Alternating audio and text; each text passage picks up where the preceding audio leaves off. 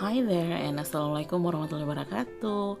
Welcome back to English class with me, Miss E. At the last meeting, we have been talking about procedural text. So now, welcome to new chapter talking about analytical exposition text.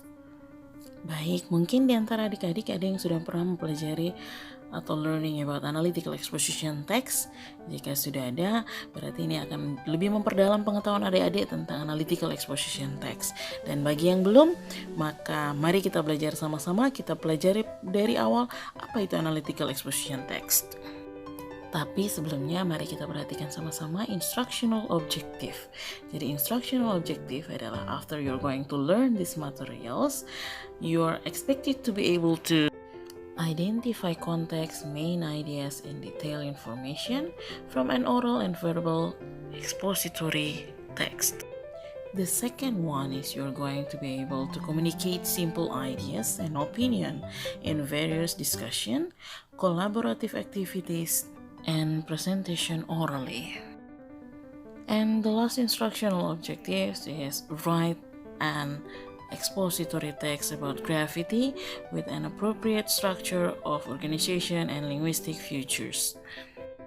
Oke, baiklah adik-adik, mari kita awali pembelajaran pada pagi hari ini dengan read this article. Artikelnya ada di buku Work in Progress yang pada halaman 109 dengan judul Why Should Graffiti Be Considered Art? Baik, I'll give you about 5 minutes untuk mencari artikel tersebut pada buku Work in Progress. Bagaimana adik-adik, sudah ketemu untuk teksnya? Baik, seperti adik-adik ketahui bahwasanya setiap teks pasti memiliki text structure.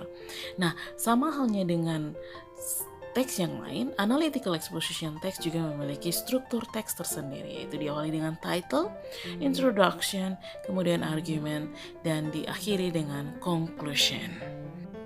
Baik, marilah kita mulai menganalisa struktur teks dari artikel yang you have been read sebelumnya.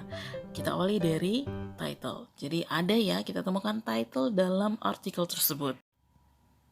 Melalui gambar ini adik-adik sudah bisa menebak, titlenya sudah jelas tertera. Why should graffiti be considered art? Very good. Setelah title, we have introduction atau thesis statement. Introduction atau thesis statement ini bisa kita temukan pada paragraf pembuka. Jadi adik-adik bisa lihat pada introduction atau thesis statement di paragraf pembuka ini, the writer ini mengexplain why graffiti ini termasuk sebagai art, dan dia menjelaskan kenapa graffiti ini essential in our culture. Kemudian masuk pada paragraf 2. At the second paragraph, di sini kita menemukan argument 1 atau the first argument. Di mana pada argumen 1 ini terdapat beberapa supported point of view yang dikemukakan oleh si penulis. Kemudian pada paragraf 3 kita menemukan argumen 2. Masih sama dengan argumen 1 pada paragraf 2, di argumen 2 juga ini terdapat beberapa point of view yang mensupport argumen 2 dari si penulis. Next kita masuk pada argumen 3. Argumen 3 ini terdapat pada paragraf 4, di mana di sini menyatakan juga masih sama seperti argumen 1 dan 2. It also says about some reason why graffiti is an art dan seterusnya yang mensupport argumen 3. Baik, untuk yang terakhir or at the last paragraph, we find conclusion. Kita akan menemukan sebuah kesimpulan. Where at the conclusion, penulisnya atau the writer menegaskan kembali argumen-argumennya melalui sebuah kesimpulan yang menyatakan bahwa graffiti lebih membawa positif daripada hal-hal negatif. Berdasarkan artikel yang we have been read before, kita bisa memastikan bahwa text structure-nya sudah sesuai dengan struktur teks yang seharusnya dimiliki oleh analytical exposition text. Diawali dari apa adik-adik?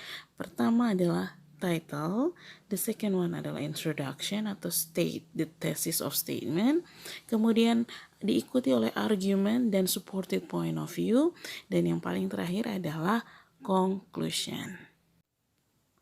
Okay, after we have been finished from analyze the text structure of analytical exposition text, I think that you have been already know what is analytical exposition text.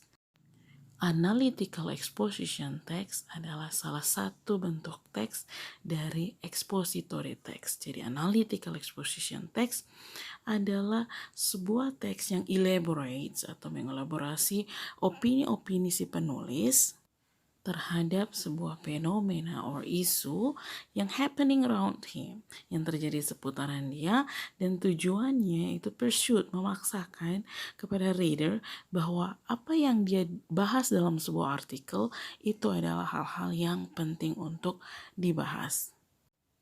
Selain daripada itu, penulis juga memaksakan opini-opininya untuk dapat terterima kepada reader. Lantas, bagaimana ciri-ciri dari analytical exposition text? The features of analytical exposition text yaitu yang pertama, analytical exposition text hanya mengevaluate sebuah topik critically, tetapi only fokus pada satu sisi argumen saja. Kemudian ketika you're going to use exposition text, it means bahwa you are going to try to persuade anyone untuk percaya bahwa isu yang Anda angkat ini adalah sesuatu yang benar. Dan ciri yang terakhir, ketika Anda menggunakan exposition text, maka argument and point of view itu harus disupported oleh fact and relevant information, di mana thesis statement-nya ini akan dikuatkan kembali atau dikemukakan kembali pada bagian conclusion. Nah, bagaimana dengan language features atau gaya bahasanya? Adik-adik tadi sudah menganalisis untuk teks pertama, jadi terlihat dengan jelas bahwa tenses yang digunakan adalah simple present tense. Kemudian, kedua, ketika kita berbicara tentang analytical exposition text, maka untuk memaksakan pendapat kita ini untuk terterima oleh reader, maka jangan lupa adik-adik menggunakan use mental verbs. Seperti contohnya, I believe, I prefer, like that. Kemudian untuk mensupport argument, jangan lupa adik-adik menggunakan saying verbs. Dan yang terakhir untuk conjunction atau penghubung. Baiklah, saya rasa adik-adik sudah paham ya apa language features-nya, text structure-nya, kemudian social function-nya. So, let's we compare reading text 1 on page 109 dengan reading text 2 on page 110. Silahkan adik-adik buka kembali reading text 1 tadi yang sudah pernah kita bahas, kemudian dilanjutkan dengan reading text 2 yang ada di halaman 110. Caranya mengcompare adalah dengan memasukkan, nah ini kita lihat, dengan cara memasukkan jawaban-jawaban adik-adik. Untuk teks 1 silahkan diisi di kolom yang kedua di tengah, dan teks 2 diisi pada kolom yang terakhir yang ketiga berdasarkan pertanyaan-pertanyaan yang sudah disajikan di kolom paling kiri adik-adik. Sebagai contoh untuk pertanyaan, what does the author say as the closing? Maka tugas kalian akan mengisi kolom-kolom yang kosong pada teks 1 dan teks 2.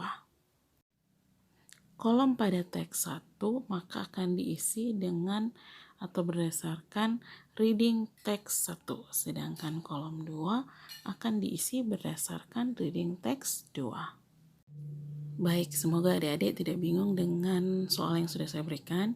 Jadi untuk sisi penilaiannya, jadi yang pertama adalah good interpersonal skill, di mana ini merupakan kemampuan adik-adik berdasarkan sikap. Kemudian yang kedua adalah active listener, bagaimana adik-adik mampu mendengarkan dengan baik dan menganalisanya. Dan yang terakhir adalah adik-adik harus pay attention to the detail. Semoga adik-adik bisa menyelesaikan tugasnya dengan baik. Baik, jika masih ada yang belum dipahami atau mungkin masih butuh komunikasi lebih lanjut, maka adik-adik bisa langsung menghubungi saya by email or bisa langsung kontak melalui WhatsApp. Sekian dari saya, insya Allah tugas ini bisa diselesaikan pada saat jam pembelajaran selesai dan segera dikirim melalui grup WhatsApp khusus bahasa Inggris. Sekian dari saya, terima kasih. Assalamualaikum warahmatullahi wabarakatuh.